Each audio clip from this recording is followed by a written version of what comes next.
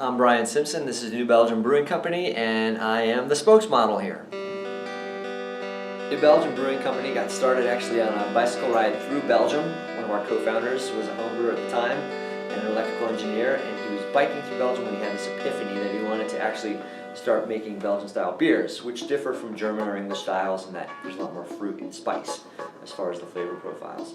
So when Jeff returned, he and his wife Kim Jordan, our CEO today, were brewing at home, and they were going to some festivals. And the first two Belgian-inspired beers they made were Fat Tire, so named for the bike trip, and Abbey, which is a Belgian double, and we still make both of those beers today. And so Fat Tire was, again, sort of an homage to the fact that he biked through the country, and New Belgium is a reference to the fact that we're taking old world influences with a new twist. In the early Roots days, it was all Belgian inspired, and that's all that we did. And in fact, we were warned against that by Michael Jackson, the beer writer, said to Jeff, the American palate's not ready for Belgian beers. And he and Kim forged ahead, which was very successful for a good number of years. And then, it's an interesting thing, when we started to make hoppier beers, there was a couple years where we were sort of reining ourselves in and saying, well, we're a Belgian-inspired brewery, should we be making an IPA? And it finally came to us through our brewmaster, who's a Belgian-born national, Peter Bouckaert.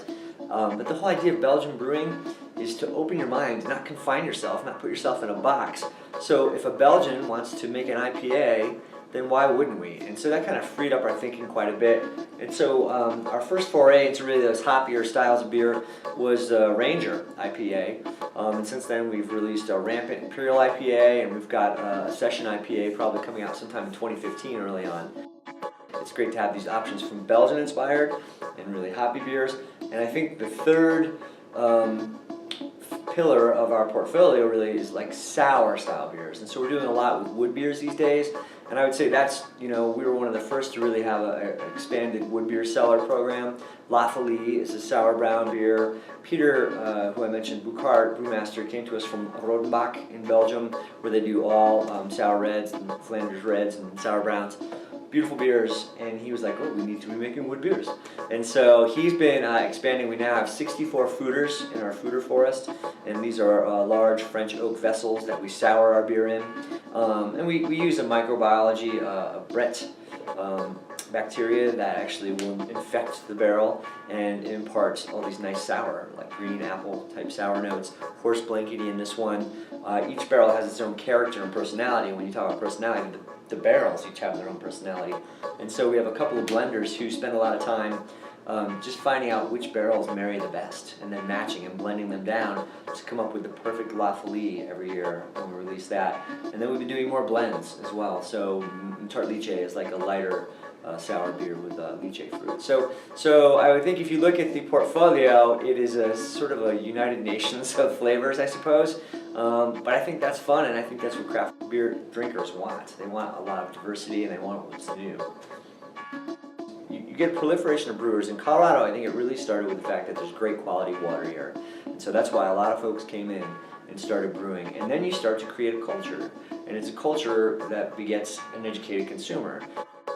A little bit of knowledge begets curiosity, right? So now I'm starting to wonder, I kind of like a funky Belgian yeast strain. I like esters, I wonder what sour is all about. And then I start moving down that road. Or, I like an IPA. I wonder what an Imperial IPA would be like. Or, a dry hop Imperial with Mosaic or something. And I'll start going down these other paths. And I think that that's the beautiful thing that happens in these communities where you have a high density of brewers.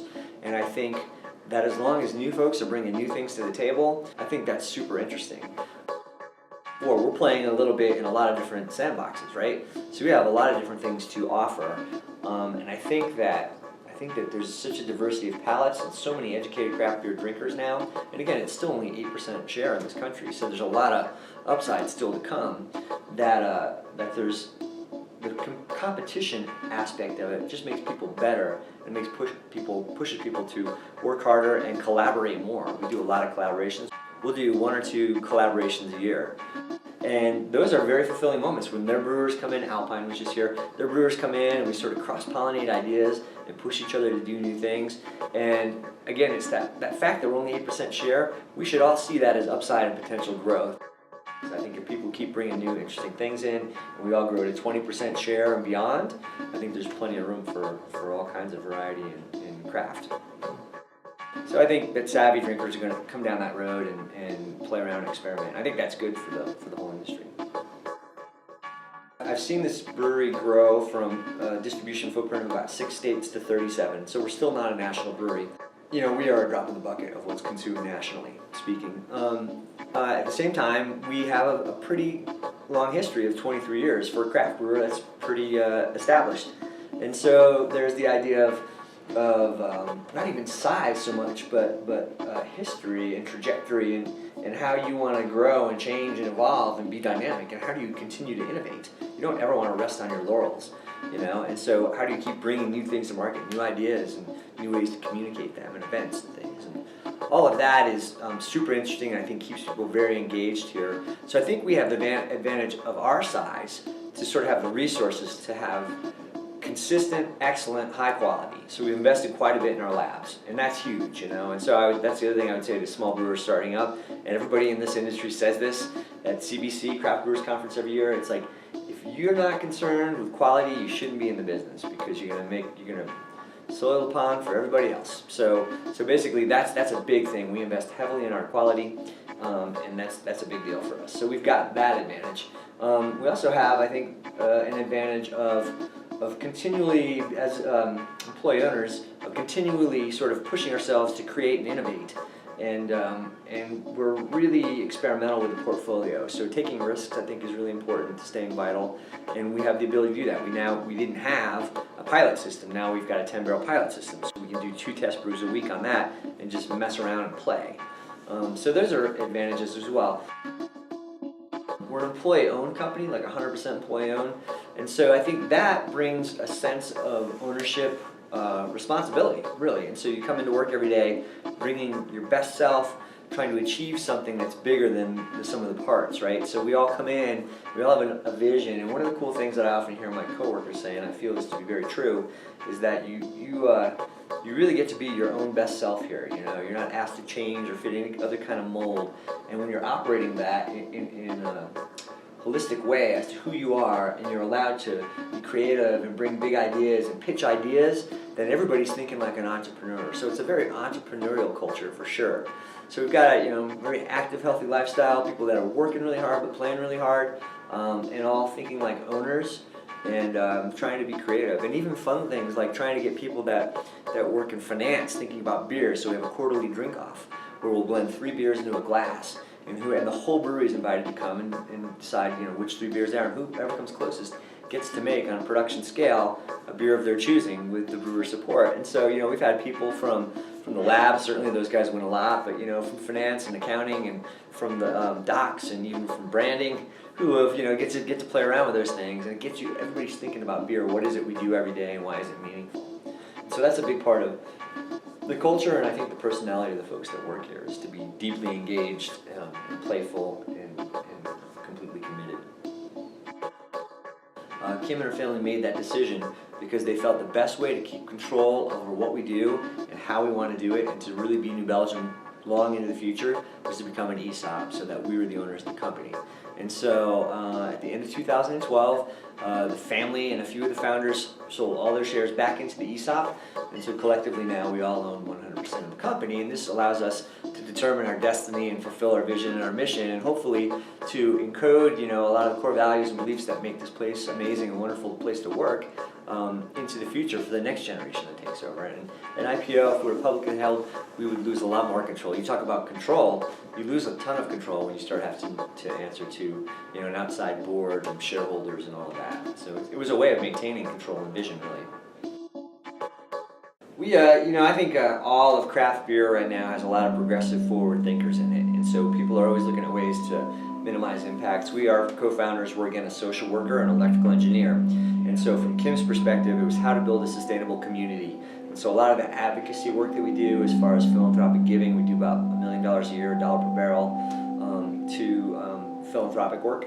That came from Kim's background. And then there's the idea of sustainable process, and that came from Jeff's background as an electrical engineer. And it was out of necessity, so like even in his home brewing unit, he had a closed heat loop where he's capturing steam off of his boil at the end and preheating water for his mash in. So, I think that those things are sort of, they come up with who you are, but they're also throughout the industry, which is exciting. So early days, Jeff was always looking at ways to minimize our impacts from carbon perspective, from a water perspective.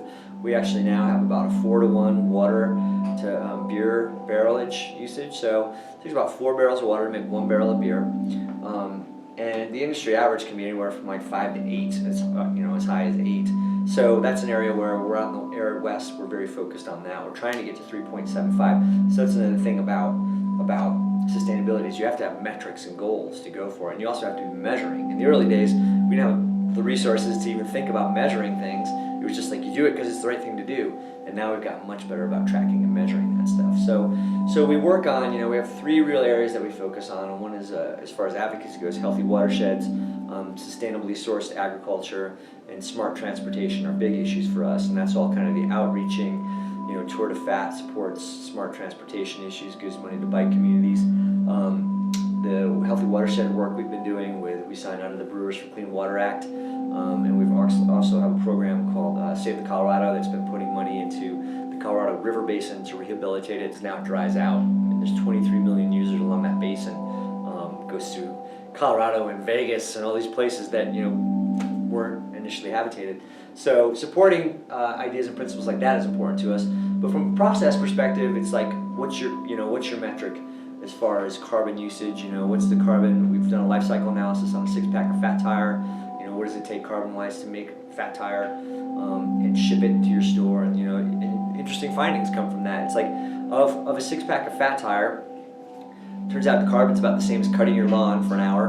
But the biggest impact, we were at the brewery, was only 4% of the embodied carbon up and down the life cycle. So up and down your supply chain, you have all these carbon inputs from in the field to what's going on in the fertilizer and everything else in the grain to distribution. And that doesn't absolve us of that other 96%, but that means we need to work with our partners on improving some of these processes.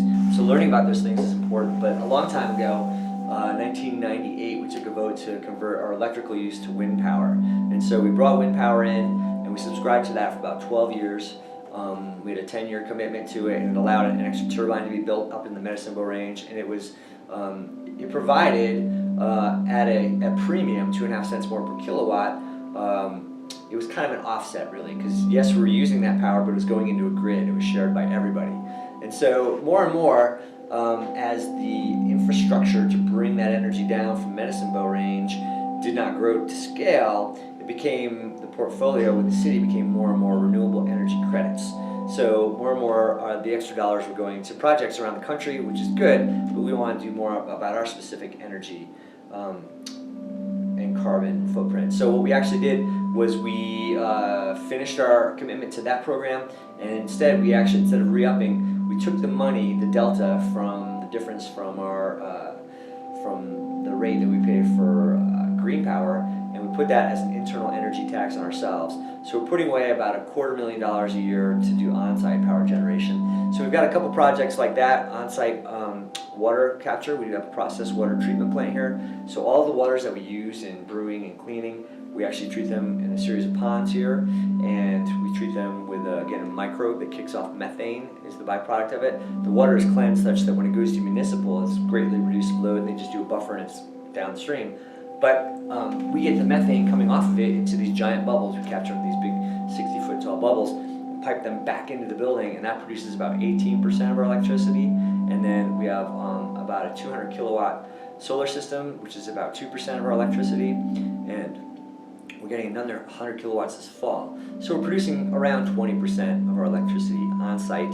Cool thing about that is if you run that during peak hours, 4 to 7 in the evening when everybody comes home and flips on all their business, you can pull yourselves we can pull our facility 50% off the grid. And so that means, we're reducing our load in those moments by 50%, and that precludes the need for another coal burning facility here. So those are all the ways that you try to innovate and improvise and learn new things. We have 3 people who are dedicated to sustainability. They bring a lot of new information into the brewery, and they also sort of export best practices.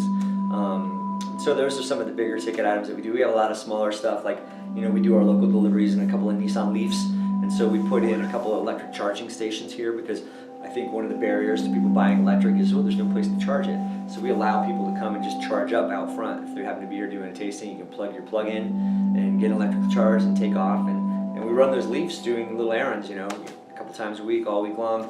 There's 2 guys who are running them. We have a team Prius that we all share. And so just finding new ways of doing that, convincing people that it is compelling to bike to work, so we give a cruiser bike at 1 year's employment, and encourage people to commute that way. And we have bike stands and showers and things like that, so that we make it real bike friendly here for people to do that. So, there's advocacy, there's what you do in your process, and then it's just kind of how you show up in your community, I think, are big things. So we've always had a philanthropy committee here, and that's cross-departmental. You can join it and just kind of check out all these grants. We get applications from all over the country for different things, and we do a pretty heady mix of, there's a lot of sustainability, environmental focus. And we talked about, the big areas are sustainable agriculture, healthy watersheds, and smart transportation. And so we do a lot of gifting through that. We also do sort of, social issues. So a lot with food banks, a lot of sort of at-risk family counseling, these kinds of things. We'll find the need, and if the grant looks right, we'll fund that as well. And then we have a couple of marquee programs like Tour de Fat and Clips, which both are traveling festivals that go around from city to city, and they partner up with nonprofits in those cities. So all proceeds from the beer and the merch sales will go back into the community. And so Tour de Fat is about bumping up against $4 million raised total. We raised $100,000 in one day in the city of Fort Collins this year for our local bike advocacy groups. There's 3 of them that share that. So that's kind of a big shot in the arm as far as dollars for a nonprofit, in one day's work. And so there's that piece of that, which is again a great way of telling your story, but actually making positive change in your communities. And then the Clips beer and film tour is 28 cities, and all the proceeds from that go to mostly environmental nonprofits sprinkled across the U.S. in the 28 cities where we do the program. So we're members of 1% for the Planet, so we definitely give about 1% of our gross revenue, and it ends up being about $1 per barrel. So we're doing about $1 million a year in advocacy, and I think that's really fulfilling for us. It makes the work more meaningful at the end of the day. So what's the allure, I think, of craft brewing overall is I think it really fulfills a need in people to have an experiential sensory moment where they understand the quality and the process in it. But I also think that there's a cool American entrepreneur story behind it all, and I think people are really intrigued by that. It's like you can kind of come out of nowhere, and a lot of folks have come from other businesses and jobs that weren't fulfilling to them, and if you do it with passion and you do it with integrity and you do it mindfully, then people want a part of that. It's a very open and community-minded enterprise to have a brewery, and you need to have your doors wide open every day, and you want all these inputs, and people like being a part of that. And I think that's part of the reason that why you've got tours that have looked so far out. It's like you want to kind of touch the magic. This is something that just took off seemingly out of nowhere. It took a lot of hard work to get it there, but let me see behind the curtain a little bit. I think that's fulfilling for people because it really is. A lot of folks see it as an embodiment of what the American dream should be in a lot of ways.